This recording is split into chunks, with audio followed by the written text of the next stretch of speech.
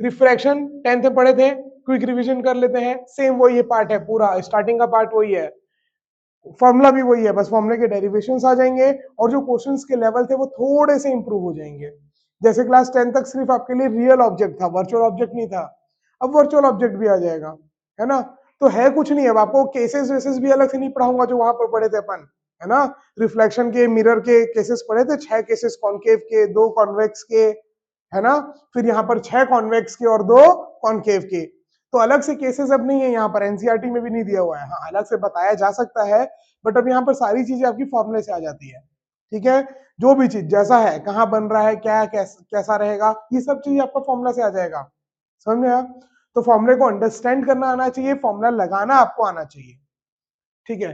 तो रिफ्रैक्शन अपन को मालूम है, जब भी लाइट बैंड होती है, जब भी वो वन मीडियम से दूसरे मीडियम में जाएगी, है ना, from one medium to another, जब भी लाइट एक मीडियम से दूसरे मीडियम में जाती है तो वो बैंड होती है, और इसी बेंडिंग को अपन बोल रहे हैं रिफ्रैक्शन। क्या बोल रहे हैं? Refraction, bending of light when it travels from one medium to another, ठीक है। Bending of light when it travels from one medium to another, इसी को अपन बोल रहे हैं रिफ्रैक्शन, ठीक है। फिर अपन ने लॉ ऑफ रिफ्रैक्शन रिफ्रैक्शन देखा था, based on the observations, based on the observations. अपन ने क्या देखा? अपन ने देखा कि भैया जितना ज्यादा ये, अच्छा नहीं, वो तो लॉ ऑफ रिफ्रैक्शन, पहले रिफ्रैक्टिव इंडेक्स कंप्लीट करते हैं अच्छे से, ठीक है। लाइट बेंड हो रही है तो उस बेंडिंग को अपन बोल रहे हैं रिफ्रैक्शन, ठीक है। चलो हाँ ठीक है, डिपेंड्स ऑन लिख देते हैं यहीं पर, रिफ्रैक्शन डिपेंड्स ऑन। अपन ने देखा रिफ्रैक्शन क्या चीज के ऊपर डिपेंड कर रहा है, तो रिफ्रैक्शन डिपेंड्स ऑन, ठीक है। रिफ्रैक्शन क्या चीज के ऊपर डिपेंड कर रहा है, तो अपन ने बोला भैया, देखा अपन ने देखा कि रे जो सीधी सीधी आ रही थी वो एकदम सीधी सीधी चली गई, बेंडिंग कितनी हुई? 0। बेंडिंग कितनी हुई? ये वीडियो मैं आज ही डाल दूंगा और वो देख करके नोट्स बना लेना, ठीक है। तो जो रे सीधी सीधी आई वो सीधी सीधी चली गई एकदम। अपन ने देखा, ये ऐसा अपन ने एक्सपेरिमेंट किया और अपन ने ऐसा देखा। फिर अपन ने देखा कि भैया जैसे ही अपन एंगल थोड़ा सा बढ़ाए, एंगल आई थोड़ा सा बढ़ाए, तो बेंडिंग थोड़ी सी हुई। अरे जाना यहां चाह रही थी, गई यहां, थोड़ी सी बेंडिंग हुई, मान लो 1 डिग्री की, 2 डिग्री की बेंडिंग हुई। फिर अपन ने देखा, अपन आई को और बढ़ाया, तो जाना यहां चाह रही थी, गई कहीं यहां,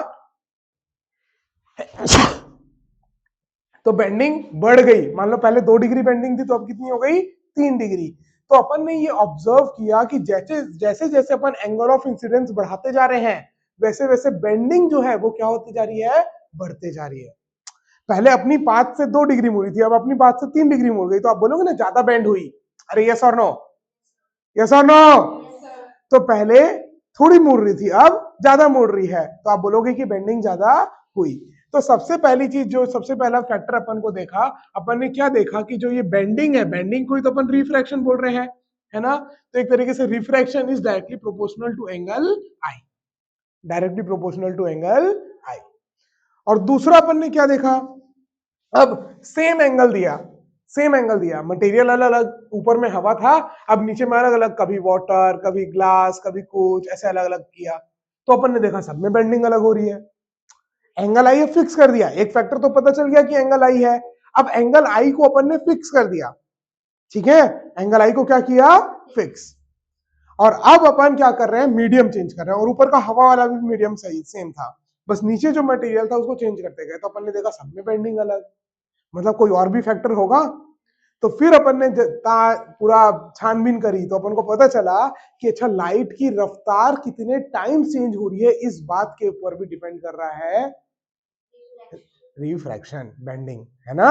बेंडिंग मतलब रिफ्रैक्शन। अब भैया लाइट की स्पीड तो 6-7 डिजिट में होती है ना। ये सुनो, 3 × 10⁸ मीटर पर सेकेंड, वो भी ये अप्रोक्सीमेट है, ठीक है। एग्जैक्टली तो 29997 ऐसे समथिंग कुछ है। अब ये मान लो स्पेस के लिए रट भी ले एग्जैक्ट वाली वैल्यू, हर मीडियम के लिए इतनी बड़ी बड़ी वैल्यू रटना पॉसिबल है क्या? नहीं, और अपन को जरूरत भी नहीं है।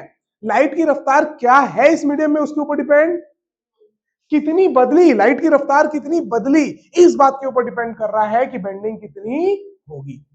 बात समझ में आई?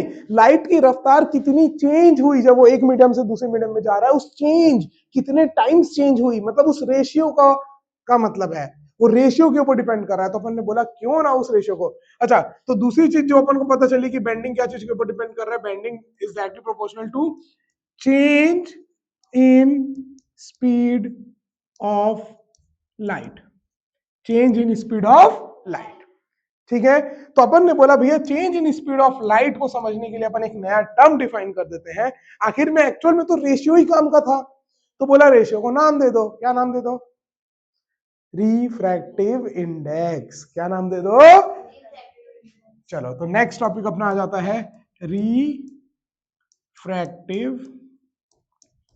इंडेक्स। समझ में आ रहा है ना? चलो, नोट्स देखो, मैं टाइम नहीं दे रहा हूं नोट्स बनाने का, ये वीडियो डाल दूंगा, देख करके बना लेना, इसी बहाने 2-4 व्यूज आ जाएंगे, है ना? ठीक है, हाँ। रिफ्रैक्टिव इंडेक्स RI, तो सिंपल क्या डिफाइन किया गया है? Refractive index is defined as ratio. Refractive index is defined as ratio. क्या चीज का ratio? Ratio of speed of light in one medium. अगर खाली रिफ्रैक्टिव इंडेक्स बोल रहे हैं मतलब अपन एब्सोल्यूट की बात कर रहे हैं, तो अपन वैक्यूम से कंपेयर करते हैं, वैक्यूम या एयर। ठीक है, अभी अपन ने क्या बोला, हर में कहां से कहां आ रही थी रे? वैक्यूम से किसी मटेरियल में या एयर से किसी मटेरियल में। तो जब भी आप वैक्यूम से कंपेयर करो तो उसको एब्सोल्यूट बोलते हैं या नॉर्मल रिफ्रैक्टिव इंडेक्स बोलते हैं। बट जब आप एक मीडियम का दूसरे मीडियम से कंपेयर करो तो उसको रिलेटिव रिफ्रैक्टिव इंडेक्स बोलते हैं। क्लास 10th में आपने सब पढ़ा था, अभी तक कुछ भी नया नहीं हुआ है ना? ठीक है, सब कुछ आपका क्लास 10th में पढ़ा हुआ है। तो refractive index is simply defined as ratio of speed of light in vacuum with respect to speed in any medium। ठीक है, ठीक है, ratio of speed of light in vacuum with respect to speed of light in any medium. और ये जो ratio है, इसी ratio को अपन ने डिफाइन किया रिफ्रैक्टिव इंडेक्स। क्लास 10th में शायद एन से लिखते थे, है ना? अभी शायद म्यू से तुम्हारे बुक में, है ना? देख लेना, तुम्हारे बुक में, हर बुक में थोड़ा थोड़ा अलग यूज किया जाता है। ऐसे म्यू से भी डिनोट करते हैं इसको, एन से भी डिनोट करते हैं, जिससे आपके बुक में होगा आप उससे करना। ठीक है, 10 तक तो एन ही लिखते हैं हमेशा रिफ्रैक्टिव इंडेक्स को। तो म्यू की वैल्यू हो गई speed of light in vacuum, और speed of light in vacuum को अपन हमेशा किससे डिनोट करते हैं? C. Speed of light in vacuum को अपन हमेशा क्या चीज से डिनोट करते हैं? सी। और किसी मीडियम में स्पीड ऑफ लाइट को मान लेते हैं v। तो ये बन गया आपका फॉर्मूला। ठीक है, इसको ऐसे भी लिख सकते हो, म्यू या refractive index is equal to speed in vacuum upon speed in medium. चलो भैया क्या याद रखना है? ये याद रखना है। अच्छा, एक बात बताओ, ये रिफ्रैक्टिव इंडेक्स क्या चीज का आया? वैक्यूम का, मीडियम का। मतलब जिस मीडियम का रिफ्रैक्टिव इंडेक्स निकाल रहे हो उसकी वेलोसिटी आएगी नीचे, याद रखना है ये। ठीक है, जिसके रेस्पेक्ट में निकाल रहे हो उसकी वेलोसिटी आएगी ऊपर। अरे, speed of light in vacuum, vacuum के रिस्पेक्ट में निकाल रहे हैं ना किसी मीडियम का रिफ्रैक्टिव इंडेक्स, है ना? तो speed of light in vacuum upon speed of light in medium. तो रिफ्रैक्टिव इंडेक्स जिस मीडियम का है उस मीडियम की स्पीड आएगी नीचे। तो जैसे मान लो अगर 2-3 मटेरियल है तो मैं बोलूं म्यू ए का मतलब रिफ्रैक्टिव इंडेक्स ऑफ ए क्या हो जाएगा? Speed of light in vacuum upon speed of light in a. समझ में आया? अगर मैं बोलूं म्यू बी, इसका मतलब क्या? Refractive index of material B. तो क्या लिखूंगा? Speed of light in vacuum upon speed of light in B. समझ में आया? जिस मीडियम का रिफ्रैक्टिव इंडेक्स निकाल रहे हैं उसकी वेलोसिटी नीचे। Is that clear? ठीक है, इसकी कोई यूनिट नहीं होती है, डायमेंशन लेस क्वांटिटी है। डायमेंशन लेस क्वांटिटी क्यों है? क्योंकि सेम क्वांटिटी का रेशियो है। तो ऊपर भी स्पीड मीटर पर सेकेंड, नीचे भी स्पीड मीटर पर सेकेंड, दोनों ने एक दूसरे को बेरहमी से, तो कुछ यूनिट बची ही नहीं, कोई डायमेंशन बचा ही नहीं। तो refractive index is a dimension less quantity, कोई डायमेंशन नहीं है ना?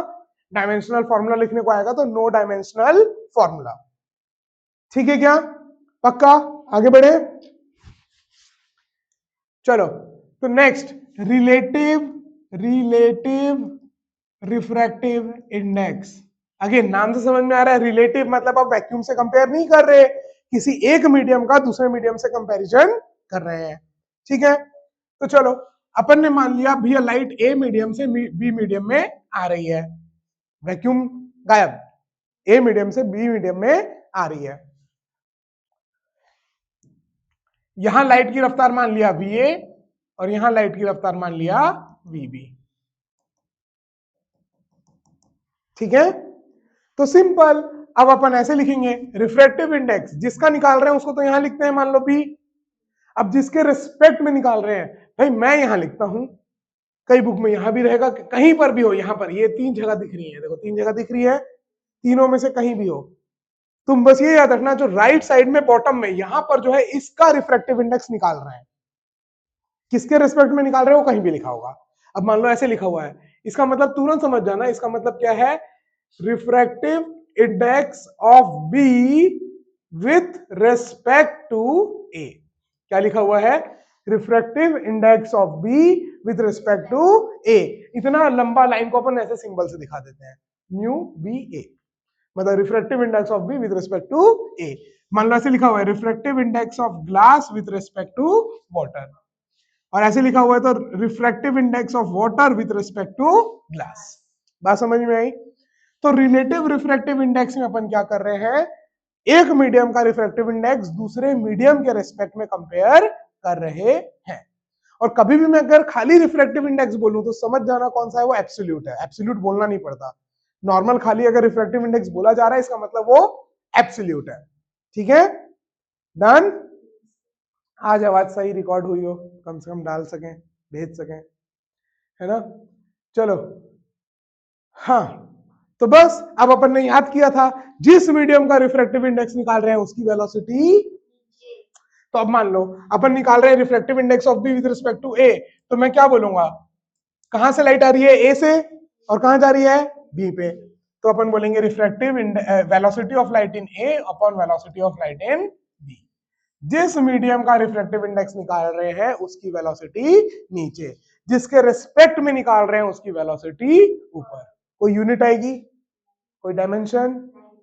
ठीक है, तो refractive index of b with respect to a क्या हो जाएगा, velocity of light in A upon velocity of light in b. अच्छा, अब एक बात बताओ, अगर मैं, ध्यान से सुनना, सिर्फ ए के रिफ्लेक्टिव इंडेक्स की बात करूं, मतलब वैक्यूम से कंपेयर कर रहा हूं, अगर मैं सिर्फ ए अकेला मीडियम जो ए है उसके रिफ्लेक्टिव इंडेक्स की बात करूं, इसका मतलब मैं किससे कंपेयर कर रहा हूं, किससे कंपेयर कर रहा हूं, वैक्यूम। तो मैं ये रिफ्रैक्टिव इंडेक्स ऑफ ए क्या लिखूंगा बताओ, सिर्फ ए मीडियम का रिफ्रैक्टिव इंडेक्स में क्या लिखूंगा, स्पीड के टर्म में, रेशियो में, v बाई वी ए नहीं, c by v A. Speed of light in vacuum को किससे डिनोट करते हैं, c से, और किसी अब ए मीडियम की बात हो रही है तो स्पीड ऑफ लाइट इन ए। ये हो गया एब्सोल्यूट रिफ्रैक्टिव इंडेक्स ए का। सेम मेरे को बताओ, अगर मेरे को एब्सोल्यूट रिफ्रैक्टिव इंडेक्स बी का लिखना है तो मैं क्या लिखूंगा, c by we B. Very good, c by we B. एक बात बताओ, अगर मैं इन दोनों को डिवाइड कर दूं, वीबी बाई वी ए, मैं क्या कर दूं, वीबी मतलब बोलो mu v by mu a, refractive index of b upon refractive index of a. तो दिस डिवाइड बाई दिस करूं, सीसी कट जाएगा, ये है नीचे आएगा और ये ऊपर आ जाएगा, ये डिवीजन में है, करके दिखा देता हूं, c by we b divided by c by v a. ठीक है, तो ये मल्टीप्लाई बनेगा तो रेसिप्रोकल होगा, सी सी कट गया, तो mu b by mu a की वैल्यू आ गई v a by we b. और देखो v a by we b क्या है, mu b with respect to a. मतलब देखो, जो मतलब यहां पर याद करने का है, जब भी आप रिलेटिव रिफ्रैक्टिव इंडेक्स को वेलोसिटी के टर्म में लिखोगे, जब भी आप रिलेटिव रिफ्रैक्टिव इंडेक्स को वेलोसिटी के टर्म में लिखोगे, वेलोसिटी के, तो जिस मीडियम का रिफ्रैक्टिव इंडेक्स निकाल रहे हो उसकी वेलोसिटी नीचे और जिसके रिस्पेक्ट में निकाल रहे हो उसकी वेलोसिटी इधर हटा गया होगा। जिस मीडियम का रिफ्रैक्टिव इंडेक्स निकाल रहे हो उसकी वेलोसिटी नीचे और जिसके रेस्पेक्ट में निकाल रहे हो उसकी वेलोसिटी ऊपर। अब अगर मेरे को इसको रिफ्रैक्टिव इंडेक्स के टर्म में लिखना है तो मैं किसका रिफ्रैक्टिव इंडेक्स निकाल रहा हूं, 2 का, तो रिफ्रैक्टिव इंडेक्स 2 का, किसके रेस्पेक्ट में, 1 के रेस्पेक्ट में। ठीक है, जब वेलोसिटी के टर्म में लिखोगे तो ऐसे, जिस मीडियम का रिफ्रैक्टिव इंडेक्स निकाल रहे हो उसकी वेलोसिटी नीचे, बट रिलेटिव रिफ्रैक्टिव इंडेक्स को रिफ्रैक्टिव इंडेक्स के फॉर्म में ही लिखोगे। देखो ए म्यू बी क्या आया, म्यू बी माई म्यू है आया। तो ये बस याद रखना कि जिस मीडियम का रिफ्रैक्टिव इंडेक्स निकाल रहे हो उसका रिफ्रैक्टिव इंडेक्स ऊपर, वेलोसिटी के टर्म में नीचे और रिफ्रैक्टिव इंडेक्स के टर्म में ऊपर। चमक गया, 2 मिनट देखो, डन, पक्का, आगे बढ़े। लॉ ऑफ रिफ्रैक्शन नेक्स्ट है आपका, नोट्स बना लेना घर जाके, लॉ ऑफ रिफ्रैक्शन। अगर कोई ऑनलाइन देख रहा है मतलब देखेगा तो नोट्स जरूर बना लेना, नहीं तो 2 दिन में गायब चैप्टर दिमाग से, है ना। लॉ ऑफ रिफ्रैक्शन सिंपल पढ़े थे क्लास 10th में, फटाक से लिख देते हैं। पहला लॉ क्या बोलता है, sine I, sine the ratio of sine of angle of incidence and angle of refraction is constant. ये पहला लॉ था जिसको स्नेल्स लॉ भी बोलते थे, याद आ रहा है ना। क्या बोला, रेशियो ऑफ, अब मैं लिख नहीं रहा हूं, मैं शॉर्ट में लिखूंगा, ratio of sine of angle of incidence and angle of refraction. Sine of मतलब साइन आई अपॉन साइन आर, वो हमेशा क्या रहेगा, कांस्टेंट। तो मैं यहां शॉर्ट में लिख रहा हूं बट बोल दिया हूं मैं, sine I upon sine R is always constant. और वो कांस्टेंट क्या होता है, refractive index of 2 with respect to 1, refractive index of second medium with respect to first medium. तो ये कांस्टेंट कितना होता है, refractive index of second medium with respect to first medium. ठीक है, तो sine I by sine R, अब मैं इसको ऐसे याद नहीं रखता हूं इस फॉर्मूले को, मैं ऐसे याद रखता हूं।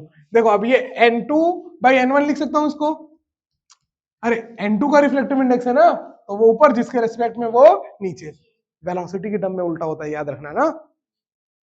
तो ये n1 को इधर भेज दो, n2 को इसको उधर भेज दो, तो ये क्या बन गया, n1 sine I is equal to n2 sine R. मैं तो भैया ऐसे याद रखता हूँ स्नेल्स लॉ को, ठीक है, ऐसे डायरेक्ट अप्लाई करना होता है स्नेल्स लॉ।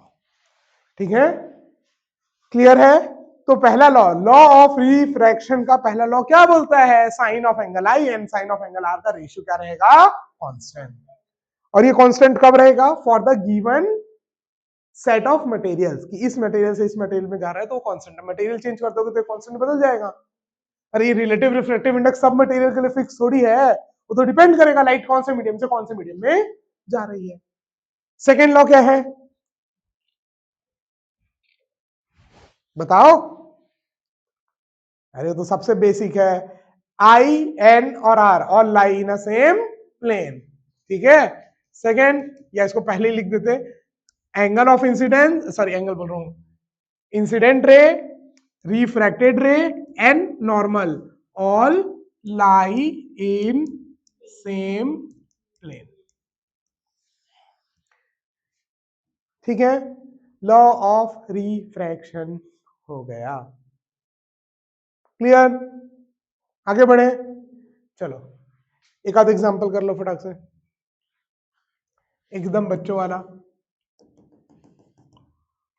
यहां का रिफ्रैक्टिव इंडेक्स है एयर, एयर का रिफ्रैक्टिव इंडेक्स कितना लेते हैं, 1, मतलब लगभग अपन मानते हैं कि वैक्यूम से एयर में जाने पर लाइट की रफ्तार का कोई चेंज नहीं हो रहा है, तो अपन बोलते हैं सेम है 1, रेशियो 1:1, है ना। तो एयर का वैक्यूम का अपन हमेशा ले लेते हैं 1, एयर का एग्जैक्टली 1 होता नहीं है, 1.0030001 इस टाइप से कुछ होता है ना।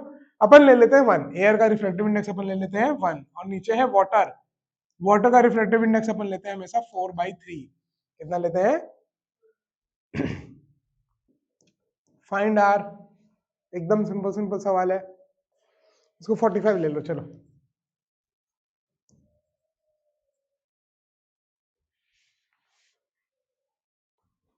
45 डिग्री, बहुत अच्छी वैल्यू आएगी। और एंगल ऑफ डेविएशन में निकालना है, क्या निकालना है, एंगल ऑफ डेविएशन। बहुत ही इजी सवाल है, तुरंत आंसर दो। हाँ, ऊपर का refractive index 1, N1 sine I is equal to N2 sine R। Sine 45 कितना होता है? 1/√2। साइन 45 कितना होता है? 1/√2 is equal to √2 sine R। ये √2 उधर जाएगा, √2 इंटू √2 2। साइन R की वैल्यू 1/2। साइन थीटा 1/2 कब होता है? 30 डिग्री। तो R की वैल्यू आ गई 30 डिग्री। तो ये 45 डिग्री था और ये 30। तो मतलब अगर इसको मैं स्ट्रेट लाइन खींचूं तो ये पूरा भी 45 होगा।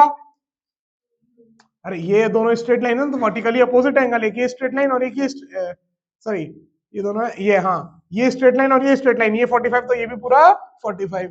और यहां से जो ये रे गई ये कितना बना रहा है? 30। टोटल 45 और ये 30। तो ये जो बैंड हुई, इतनी ना बैंड हुई रे, अरे जाना यहाँ चाह रही थी सीधा सीधा और गई यहाँ। तो ये जो बेंडिंग है वो कितना आ जाएगा? 45 minus 30, 15 degree. Angle of deviation कितना आया? 15 डिग्री। क्या कर रहे थे? कोई है कैलकुलेशन इसमें? इतनी अच्छी वैल्यू दिया था, क्या कर रहे थे? देखो, अब जो 10th पढ़े थे फटाफट बता रहा हूं, उसको कुछ ज्यादा लिखने की आवश्यकता नहीं है। रिफ्रैक्शन, तारे चमकते थे ड्यू टू, अरे रिफ्रैक्शन, अरे लाइट जो तारे से आ रही है वो बेंड होती थी और हवा फिक्स नहीं है तो वो जगह एपरेंट पोजीशन चेंज होती थी, तो अपन को तारे चमकते हुए दिखाई देते हैं, है ना? अभी नहीं मर गए हैं, है ना? दिखाई देते हैं। तो तारों का चमकना that is due to refraction of light. अगर एक पेन या पेंसिल को पानी में डाल दो तो बेंड हुई दिखाई देती है, क्यों? Due to refraction of light. Sun जल्दी उगा हुआ दिखाई देता है, लेट डूबा हुआ दिखाई देता है, due to refraction of light. ठीक है, तो ये सारे चीजें जो है ये आपका क्या चीज के हैं? Refraction of light. एक चीज और, अगर आप पानी में कोई चीज को रखोगे, पानी के नीचे मान लो अगर आपने एक कॉइन रखा है, अगर आप इसको ऊपर से देखोगे तो कॉइन आपको बहुत पास में दिखाई देगा, एक्चुअल डेप्थ में दिखाई नहीं देगा। ठीक है, तो इसको बोलते हैं एपरेंट डेप्थ। क्या बोलते हैं? Apparent depth. और जो एक्चुअल में है वो तो एक्चुअल डेप्थ, एक्चुअल डेप्थ। तो ये एपरेंट डेप्थ और एक्चुअल डेप्थ के बीच में एक रिलेशन है। ठीक है, क्या रिलेशन है? चलो मान लो यहां से रे आ रही है और ऐसे बाहर जा रही है, ठीक है, रे यहां से नीचे से निकल के ऊपर जा रही है, तो यहाँ का रिफ्रैक्टिव इंडेक्स n1, यहाँ का रिफ्रैक्टिव इंडेक्स n2। तो आप एपरेंट डेप्थ को बोलोगे, एपरेंट डेप्थ क्या हो जाएगी? Actual depth into n2 by n1। n2 refraction के बाद जहां लाइट जा रही है वो n2, रिफ्रैक्शन से पहले लाइट जहां से आ रही थी वो n1। तो एपरेंट डेप्थ का फॉर्मूला हो गया actual depth into n2 by n1। ठीक है, इसका कोई डेरिवेशन नहीं है, कर सकते हैं अपन बोलो तो, है ना, बट नहीं है एनसीईआरटी में, तो इसको अपन ऑलरेडी इसको छोड़ दे रहे हैं डेरिवेशन को। क्यों? क्योंकि ऑलरेडी 11-12 डेरिवेशन इस चैप्टर में है। ठीक है, तो डायरेक्ट, और ये फॉर्मूला भी नहीं है, बस एपरेंट डेप्थ का दिया हुआ है एग्जांपल में, बीच में छोटा सा लाइन एक वर्ड दिया हुआ है एपरेंट डेप्थ एनसीईआरटी में, तो इस कारण से मैं बता दिया एपरेंट डेप्थ क्या होती है। ठीक है, और ये क्यों होती है? Due to refraction of light. Light जो यहां से ऐसे जा रही थी वो बेंड हो गई, बेंड हो गई तो आपको लगा कि भाई वो कहां से आ रही है? वो यहां से आ रही है ना? तो इस कारण से आपको वो जगह कहां दिखती है? ऊपर। इसलिए आपको अगर पानी के नीचे मछली दिख रही है और आप कोई चीज फेंक के उसको मारना चाहते हो, नहीं मार पाओगे पहली बार में, फिर आपको अंदाजा होगा छद्दी की यहाँ रही है तो और नीचे फेंकना है, समझ में आया? फिर वो धीरे धीरे धीरे अंदाजा होगा तो फिर आप हंटिंग कर पाओगे, है ना? तो वही एपरेंट डेप्थ क्या होता है, समझ में आ गया? रिफ्रैक्शन के कारण आपको एक्चुअल पोजीशन, आपको एक्चुअल डेप्थ नहीं मेजर कर पाते हो, आपका दिमाग वो एक अलग डेप्थ, कम डेप्थ या कभी ज्यादा डेप्थ दिखाई देता है, तो वो जो डेप्थ है उसको अपन बोलते हैं एपरेंट डेप्थ। ठीक है क्या? तो ये अलग से तो एकदम ऐसा कोई टॉपिक नहीं दिया हुआ है, बस वो एग्जांपल्स में दिया हुआ है पूरा कि सनराइज जल्दी होता है, लेट डूबता है, तारे चमकते हैं, ये सब जो एग्जांपल्स हैं उसी में एक दिया हुआ है एपरेंट डेप्थ का। अलग से डायग्राम भी बना रखा है वहां पर, एपरेंट डेप्थ का फॉर्मूला नहीं दिया लेकिन आपको बता दिया हूं, एपरेंट डेप्थ का फॉर्मूला होता है actual depth into n2 by n1। ठीक है, ऐसे भी लिख सकते हो d dash is equal to d into n2 by n1। n2 refraction के बाद लाइट जहां जा रही है और n1 रिफ्रैक्शन से पहले लाइट जहां से आ रही थी। ठीक है क्या? लो बता दो जल्दी से, एक एग्जांपल कर लो फटाक से, है ना। ये पानी है, इसमें इसकी टोटल ये भरा हुआ है, इसका ये है टोटल 10 सेंटीमीटर मान लो। ठीक है, अंदर पानी है, रिफ्रैक्टिव इंडेक्स 4/3, बाहर एयर है, रिफ्रैक्टिव इंडेक्स 1, है ना। एक कॉइन यहाँ रखा हुआ है, उसकी अपरेंट डेप्थ बता दो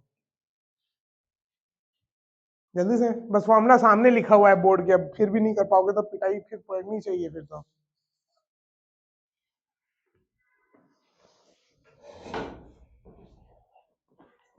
मेरे को लगता है कि 2-3 दिन में हो जाएगा ये, एनसीईआरटी के हिसाब से। बाकी अगर डेप्थ में और एक्स्ट्रा जाना है फिर तो कोई अंत ही नहीं है इस चैप्टर का। पानी का रिफ्रैक्टिव इंडेक्स है 4/3, हवा का रिफ्रैक्टिव इंडेक्स है 1, टोटल डेप्थ है, एक्चुअल डेप्थ 10, एपरेंट डेप्थ पूछा है भाई, बता दो।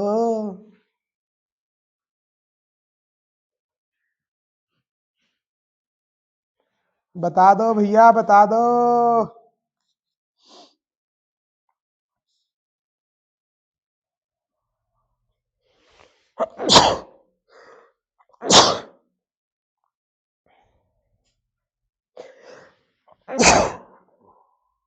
कितनी छींक आ रही है।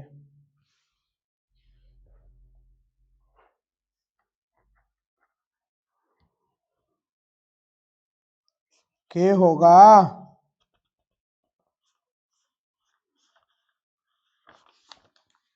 Next one is your TIR, total internal reflection. Next है, अरे ये हो गया आंसर, क्या आ रहा है?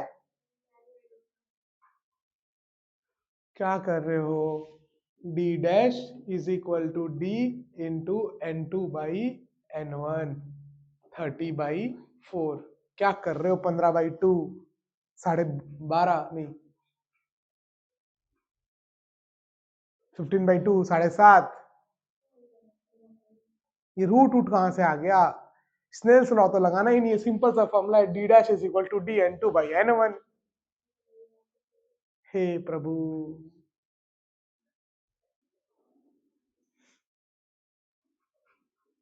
इतना सिंपल सा formula, D dash is equal to D N2/N1, लिख भी दिया।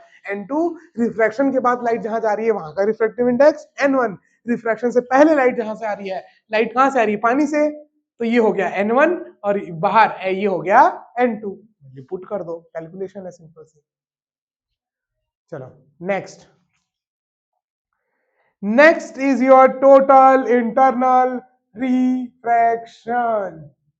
चलो next is your TIR, total internal reflection. था ये 10th में भी, सीजी बोर्ड में, सीबीएसई में नहीं था, है ना।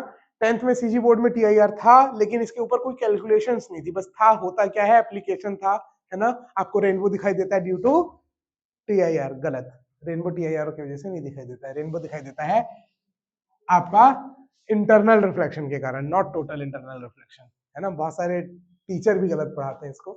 चलो, हाँ, अब TIR होता क्या है समझेंगे अच्छे से, तो ध्यान पूरा यहां पर देखो। जब भी लाइट डेंसर से रेयर में जाती है, याद रखना कहां से कहां। अच्छा, डेंसर और रेयर क्या होता है? जिसकी रिफ्रैक्टिव इंडेक्स ज्यादा वो डेंसर बोलते हैं, जिसका रिफ्रैक्टिव इंडेक्स कम वो रेयर है, ये याद रखना, ठीक है। अलग से टॉपिक नहीं लिखा हूं, 10th में बताया था अच्छे से, है ना। जिसका रिफ्रैक्टिव इंडेक्स ज्यादा वो डेंसर, जिसका कम वो रेयर। तो अगर मैं अलग से एक मटेरियल बोल दूं तो आप बता पाओगे डेंसर की रेयर? बता पाओगे? वाटर रेयरर की डेंसर कंपैरिजन में बता पाओगे, वही तो हाँ हाँ मुंडी को हिलाए कि एक मटेरियल का बता दोगे। कंपेयर कर सकते हैं ना। अगर मैं वाटर को एयर के साथ बोलूं तो वाटर डेंसर और एयर रेयरर, लेकिन इस वाटर को मैं डायमंड के साथ बोलूं तो अब यही वाटर क्या हो गया? रेयरर। तो रेयरर और डेंसर डिपेंड कर, अब ज्यादा और कम बोला ना मैं, तो ज्यादा और कम के लिए कंपैरिजन चाहिए ना भाई, किससे कंपेयर कर रहे हो ज्यादा और कम, है ना। तो चलो, तो जिसका रिफ्रैक्टिव इंडेक्स ज्यादा वो डेंसर, जिसका रिफ्रैक्टिव इंडेक्स कम वो रेयर, ठीक है। चलो, नीचे में एक बल्ब है, छुटकू सा बल्ब है, ठीक है, और वहां से रोशनी निकल रही है चारों साइड। तो भाई साहब यहां से जो सीधी रोशनी निकल रही होगी वो तो सीधी सीधी चल जाएगी। अरे अपन ने देखा एंगल आई जीरो तो एंगल आर भी जीरो, ठीक है। अरे वैल्यू पुट कर दो ना, n1 sine I is equal to n2 sine R. अगर ये जीरो तो zero into anything is zero. फिर साइन थीटा की वैल्यू जीरो कब होगी, जब एंगल क्या होगा, जीरो। तो एंगल आई जीरो तो एंगल आर भी जीरो, नो डेविएशन, सीधी सीधी पार हो जाएगी लाइन, है ना। चलो भैया, तो जो सीधी रेस थी वो सीधी सीधी चली गई।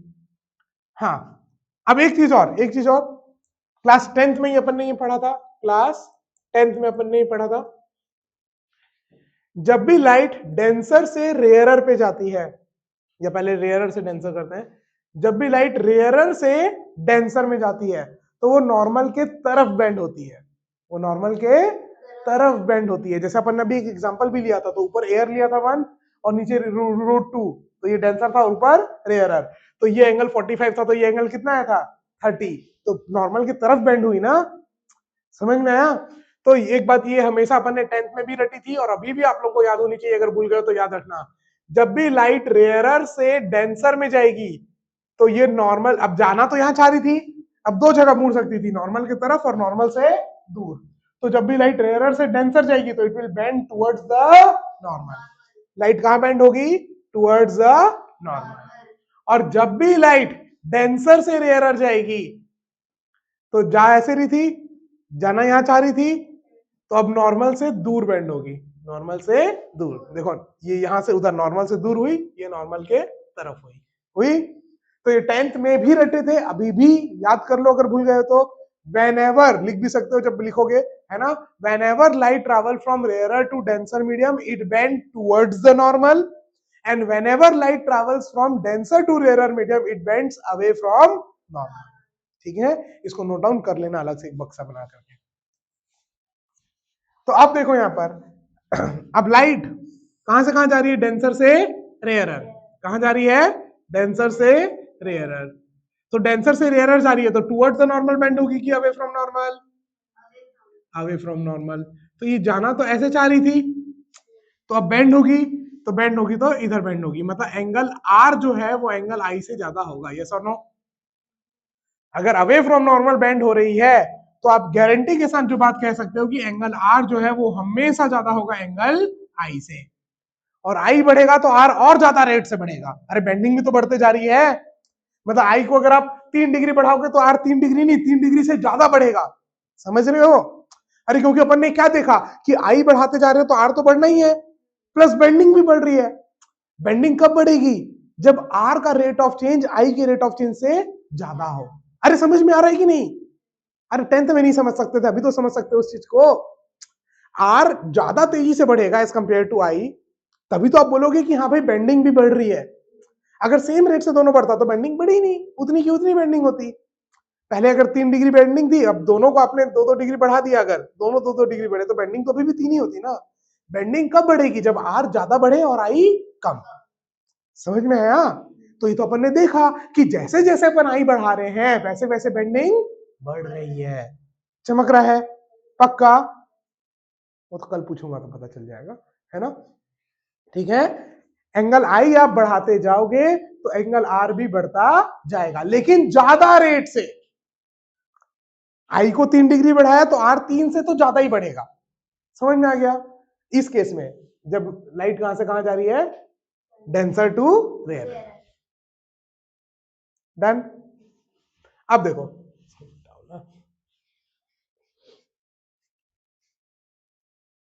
हाँ अब देखो, अब ये जो रे जा रही है इसके लिए एंगल आई और बढ़ गया, यहां से जो ये रे जा रही होगी इसके लिए देखो एंगल आई और बढ़ गया, यहां से ऐसे जो रे जा रही होगी उसके लिए एंगल आई और बढ़ गया। तो मतलब रे जैसे इधर से उधर वाली रे को आप देखते जा रहे हो तो सबके लिए एंगल आई क्या हो रहा है, बढ़ते जा रहा है। एंगल आई क्या हो रहा है, बढ़ते जा रहा है ना। खुद सोचो ना, ये एक लाइन है और यहां से एंगल आई 0, अरे कुछ ना कुछ एंगल आई आ गया, देखो बढ़ते जा रहा है एंगल आई, अरे बढ़ते जा रहा है कि नहीं, बढ़ते जा रहा है ना। तो जैसे जैसे आप उधर वाली रेस के बारे में देखते जाओगे वैसे वैसे एंगल आई क्या होगा, बढ़ते जाएगा। और एंगल आई बढ़ेगा तो एंगल आर और ज्यादा रेट से बढ़ेगा। तो मतलब अब एक बात बताओ, एकदम कॉमन सेंस, एकदम कॉमन सेंस मेरे को बताओ, आई बढ़ाने पे आर बढ़ रहा है और आर हमेशा आई से ज्यादा है, तो दोनों में से 90 पहले कौन बनेगा? आर। अरे कॉमन सेंस, आर अगर आई से ज्यादा है, बस इतना ही बोल दो, तो 90 कौन होगा पहले? आर। मतलब जब आई 90 से कम होगा उसी समय आर 90 हो चुका होगा। अरे हो चुका होगा, मतलब देखो ये वाली जो रे थी ये तो बाहर चली गई, ये वाली जो रे थी वो भी बाहर चली गई, ये जो सीधी सीधी थी वो भी बाहर चली गई, और ये रे एक ऐसी थी जिसमें ये रिफ्रैक्शन एंगल कितना हो गया? 90 डिग्री। ठीक है, अब क्या रिफ्रैक्शन एंगल ऑफ रिफ्रैक्शन 90 से ज्यादा हो सकता है? अरे हो सकता है। अरे 90 से ज्यादा कहां होगा? टोटल 90 तो है, उसके बाद तो वापस वही मीडियम आ जाएगा। 90 से ज्यादा हो सकता है क्या? नहीं। तो अब क्या होगा सर? अब ये जो रह गई अब इसका क्या होगा? अरे यहां तक की तो सारी रह गई बाहर, यहां तक की सारी रेस बाहर निकल जाएगी, यहां से लेके यहां तक की सारी रेस क्या होगी? बाहर निकल जाएगी। इसके आगे की जो रेज आ रही है, ये जो है, अब इसके लिए तो आर 90 से भी ज्यादा आना चाहिए, पॉसिबल ही नहीं है 90 से ज्यादा आना। तो क्या होगा? ये जो रे जा रही है ये अब रिफ्रैक्शन हट गया, रिफ्रैक्शन नहीं होगा, ये रे के साथ क्या होगा? रिफ्लेक्शन। क्या होगा? रिफ्लेक्शन। जब सेम मीडियम में जा रही है तो angle i is equal to angle r, reflection phenomena आ गया अब। और ये केस है जहां पर आप एक गारंटी के साथ कह सकते हो कि अगर ये एंगल इस पर्टिकुलर एंगल से ज्यादा है तो एक भी रे बाहर नहीं जाएगी, कुछ कर लो, एक भी रे पूरी 100% रे वापस अंदर रिफ्लेक्ट होगी, इसलिए इसको बोलते हैं टोटल इंटरनल रिफ्लेक्शन। क्या बोलते हैं? 0.0000001% रे भी बाहर नहीं गई, मतलब आपकी पूरी की पूरी रे अंदर के अंदर है, और इसी की वजह से आज आप इंटरनेट चला पाते हो। टीआईआर, इंटरनेट चलाते हो, पूरे समुद्र के बीच एक एक कंट्री से दूसरे कंट्री वायर बिछाए हुए हैं, ऑप्टिकल वायर, ऑप्टिकल ये बाल से भी पतले फाइबर के बने हुए हैं, जिसके अंदर लाइट की रफ्तार से सिग्नल्स ट्रैवल करते हैं और वो बाहर नहीं निकलते ड्यू टू टीआईआर। और टीआईआर के कारण आपका जो आप मान लो फेसबुक में आपने अपनी प्रोफाइल डाली, चलो अभी की जेनजी फेसबुक नहीं चलाती, इंस्टाग्राम में आ जाते हैं, है ना? आपने इंस्टाग्राम में प्रोफाइल बनाई, अब वो इंस्टाग्राम का डेटा आपका यहां पर सेव है, इंडिया में, इंडिया में सेव है कहीं, आपने जो अपनी प्रोफाइल पिक अपलोड करी मान लो, अब वो डेटा आपका स्टोर है कहीं और कंट्री में जहां पर भी इंस्टाग्राम का होगा, अब आप क्लिक करते हो और कितना सेकंड लगता है वहां से डेटा आने में? तो that is all due to TIR, optical fibres. अब तो ऑप्टिकल फाइबर आ गया यहाँ पर भी, कोचिंग में भी आपका जो इलेक्ट्रिसिटी ये इंटरनेट आ रखा है वो किसके थ्रू आ रखा है? Optical fibre, TIR. अंबिकापुर से पूरा सूरजपुर तक ऑप्टिकल फाइबर डाले हुए हैं, है ना? हर कंपनी के नहीं, कई कंपनी अभी भी लैन चलाती हैं, बट जो अपन यूज करते हैं यहाँ पर वो कौन सा यूज कर रहा है? Optical fibre. जियो ने पूरा ऑप्टिकल फाइबर पूरे इंडिया में बिछा दिया है ताकि फास्ट आपको इंटरनेट प्रोवाइड कर पाए, लाइट की स्पीड से। लाइट की स्पीड कितनी है? 3 लाख किलोमीटर पर सेकेंड।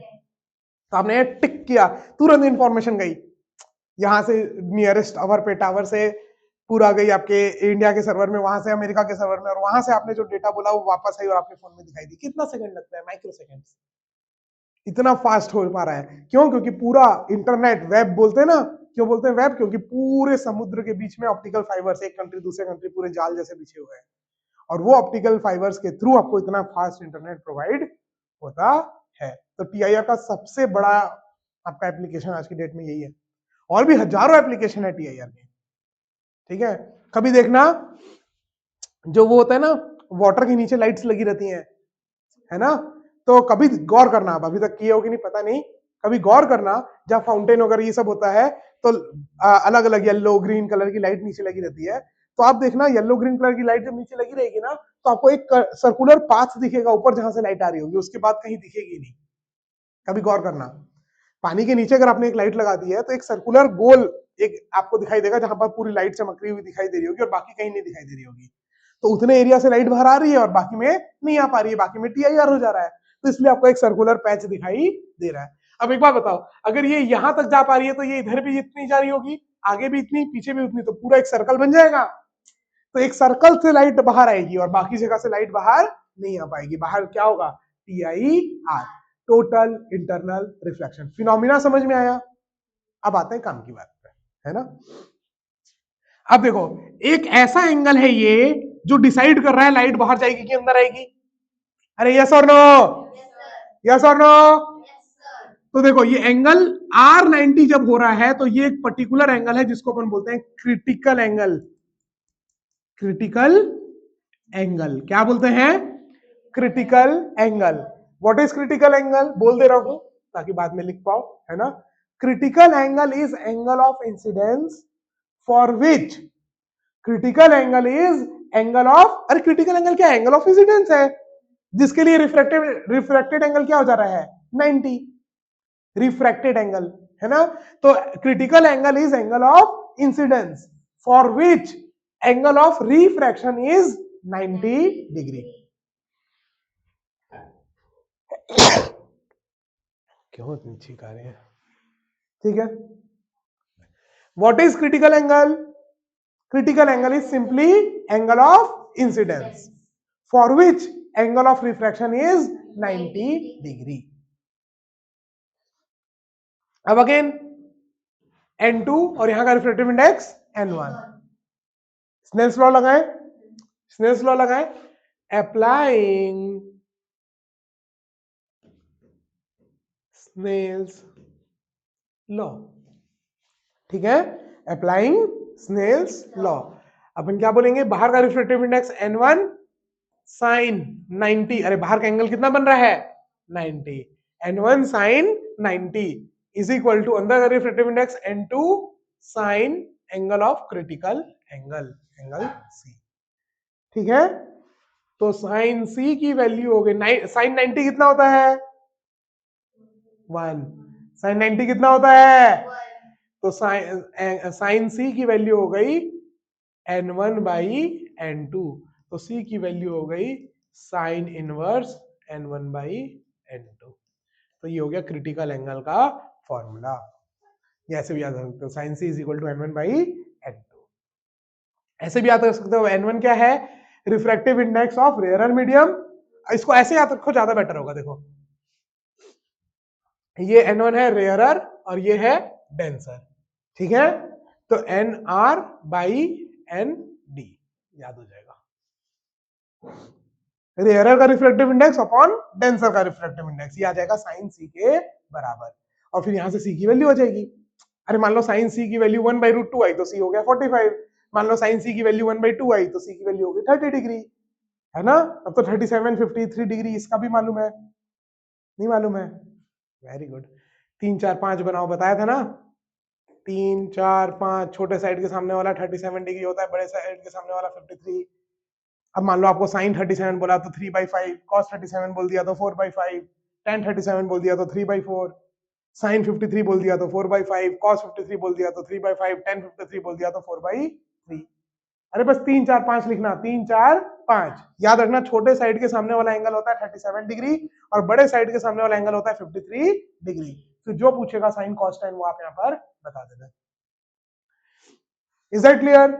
चलो अब आपको यहां पर क्रिटिकल एंगल TIR पढ़ लिए, TIR समझ लिए कि TIR होता क्या है, कब होता है, कंडीशंस क्या क्या है। पहला, रे कहां से कहां जानी चाहिए? डेंसर टू रेयरर, ठीक है। तो मैं अलग से यहां पर लिख देता हूं, condition for TIR, condition for TIR, total internal reflection के लिए क्या कंडीशन है? जल्दी से बताओ मेरे को।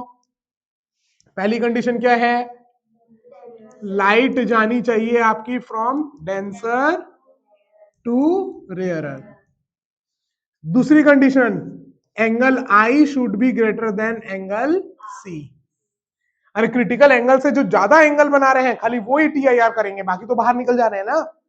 तो TIR कब हो रहा है? TIR दो केस याद रखना, जब लाइट डेंसर से रेयरर में जा रही है और दूसरा एंगल I जो है वो क्रिटिकल एंगल से ज्यादा है। अगर एंगल I क्रिटिकल एंगल से कम है तो TIR नहीं होगा। और TIR का मतलब टोटल इंटरनल रिफ्लेक्शन, मतलब 100% लाइट रिफ्लेक्ट कर रही है, रिफ्लेक्शन नॉट रिफ्रैक्शन, है ना। बाकी सारी लाइट रिफ्रैक्ट कर रही है और जैसे ही क्रिटिकल एंगल से आगे बढ़ोगे तो वो लाइट रिफ्लेक्ट करेगी। समझ में आया? Angle I is equal to angle R। फिर रिफ्लेक्शन, लॉ ऑफ रिफ्लेक्शन लगेगा जब रिफ्लेक्ट कर रही है। तो जब तक रिफ्रैक्शन हो रहा था तब तक स्नेल्स लॉ लगाओगे, जैसे ही रिफ्लेक्ट होने लग गई तब क्या लगाओगे? रिफ्रैक्शन, ठीक है। चलो आज के लिए इतना ही, फिर मिलेंगे अगली क्लास में। अगली क्लास में अपन इसको आगे कंटिन्यू रखेंगे, है ना। और कल से मैं थोड़ा नहा के आऊंगा ताकि थोड़ा ठीक दिखूं, है ना। ठीक है, चलो। तो ये क्लासेस आप लोगों की सुबह चल रही है, 7:50 में लगभग स्टार्ट होती है, ये लोग उतने बजे ही आते हैं, है ना। 7:50 से 8:50 1 आवर की रोज क्लास चल रही है, जिसमें अभी तक 7 चैप्टर्स कंप्लीट हो चुके हैं क्लास 12 के, 7 चैप्टर्स बाकी हैं और इसी तरीके से मैं पढ़ा रहा हूं, जिसकी आपकी फीस है 1000 रुपीज पर मंथ, अगर कोई ज्वाइन करना चाहता है तो। लोकेशन आप मैप में डालेंगे एड्यू मेंशन, तो आपको आ जाएगा लोकेशन और आप यहाँ पहुंच सकते हैं। ठीक है, टाटा, बाय बाय।